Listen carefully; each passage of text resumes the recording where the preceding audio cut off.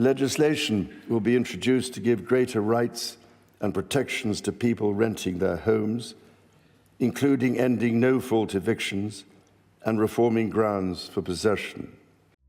Hi, welcome to the Win Legal channel. This is the channel where we provide tips, tactics and strategies to help you through your legal dispute.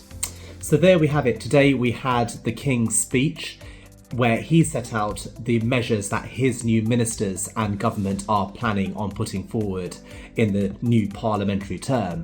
And Keir Starmer's key message from the outset was, let's get Britain building. But what does that mean for landlords, and what was it that was relevant for landlords in this speech that the King made to his ministers and Parliament today? Well, the first thing is, within the first 6 minutes of that speech, the King was very clear about the fact that his new government and ministers were going to be giving tenants greater rights and ensuring that there was reform within the rental sector, and in particular more protection for those that are renting properties. Now, that was the headline in terms of within the speech, and then the King did go on to talk about, well, what does that mean? Well, the first thing he said was that there was going to be the end to no-fault evictions. So that is, of course, the end to the Section 21 notice. We always anticipated it. It was a policy that the Conservative government had brought in, but there you have it. It's been officially set out by the King that his ministers would be looking to abolish the Section 21 notice.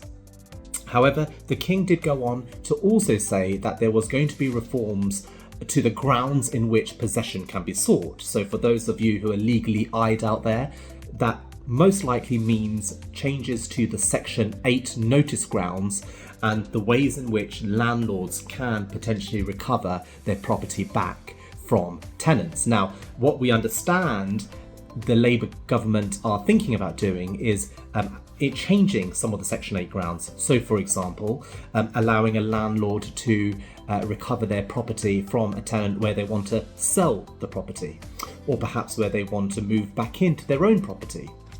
And there's more likely than not going to be changes to what would trigger an eviction if a tenant were to be in rental arrears.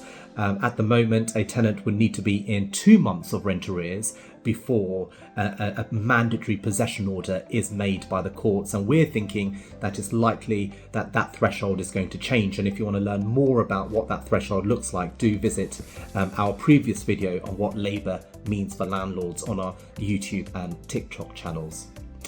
There was nothing said within the speech about when these reforms would come in. However, we are expecting a big change within the first 100 days of the Labour government. So all I can say is watch this space, and we will be providing you with as many updates as we possibly can.